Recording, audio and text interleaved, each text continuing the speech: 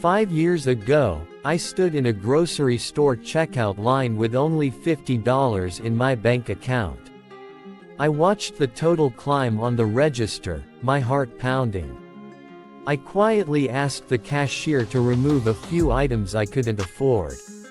I left the store embarrassed, clutching a plastic bag with just enough to get by for the week. That moment was a wake-up call. I realized I was living paycheck to paycheck, with no savings, no plan, and no peace of mind. It wasn't like I was reckless with money, at least not intentionally. I was working full-time, paying rent, student loans, and trying to keep up with friends. But the truth is, I had no idea where my money was going. Every month, I felt like my bank account had a hole in it. That night, after putting away the groceries, I sat down and faced the numbers for the first time in years. What I found shocked me.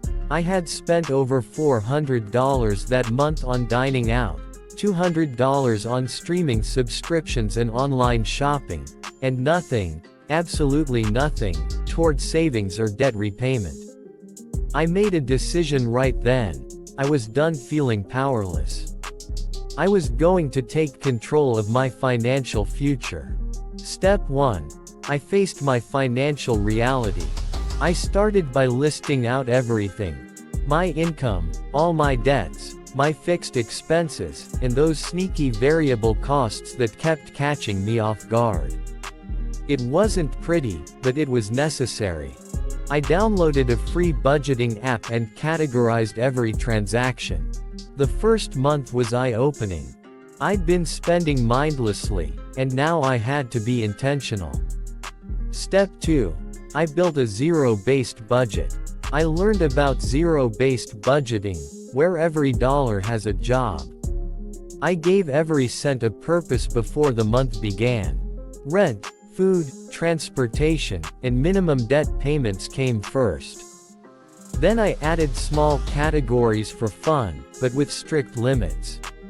I even budgeted for unexpected expenses, because life doesn't care about your spreadsheet. Step 3. I created a mini emergency fund. With discipline, I scraped together my first $1,000 emergency fund in 3 months. I sold unused clothes, picked up weekend gigs, and even paused streaming services. That fund gave me peace of mind and stopped me from using credit cards when life threw a curveball. Step 4. I attacked my debt with intensity. I chose the debt snowball method, paying off my smallest balance first for a psychological win, then rolling that payment into the next debt. Every bonus, tax refund, or side hustle income went to debt. I lived like I was broke, because technically, I still was. But I had a plan, and that made all the difference. Step 5. I grew my income. I asked for a raise at work, and got it. I also started freelancing on the side. I invested in myself, took online courses, and built skills that paid off.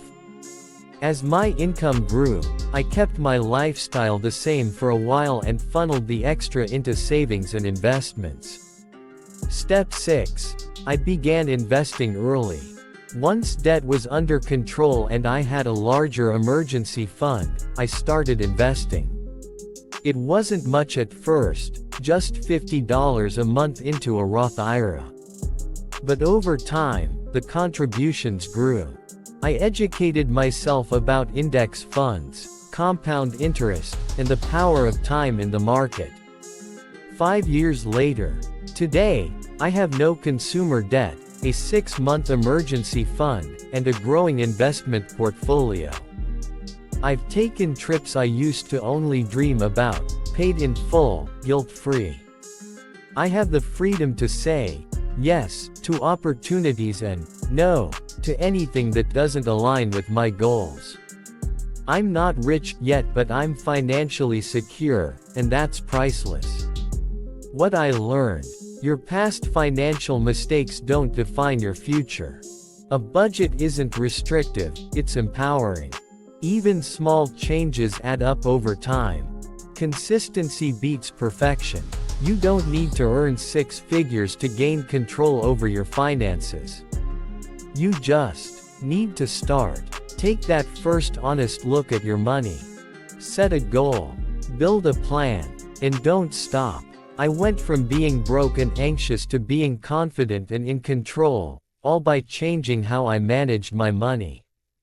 And if I can do it, you can too.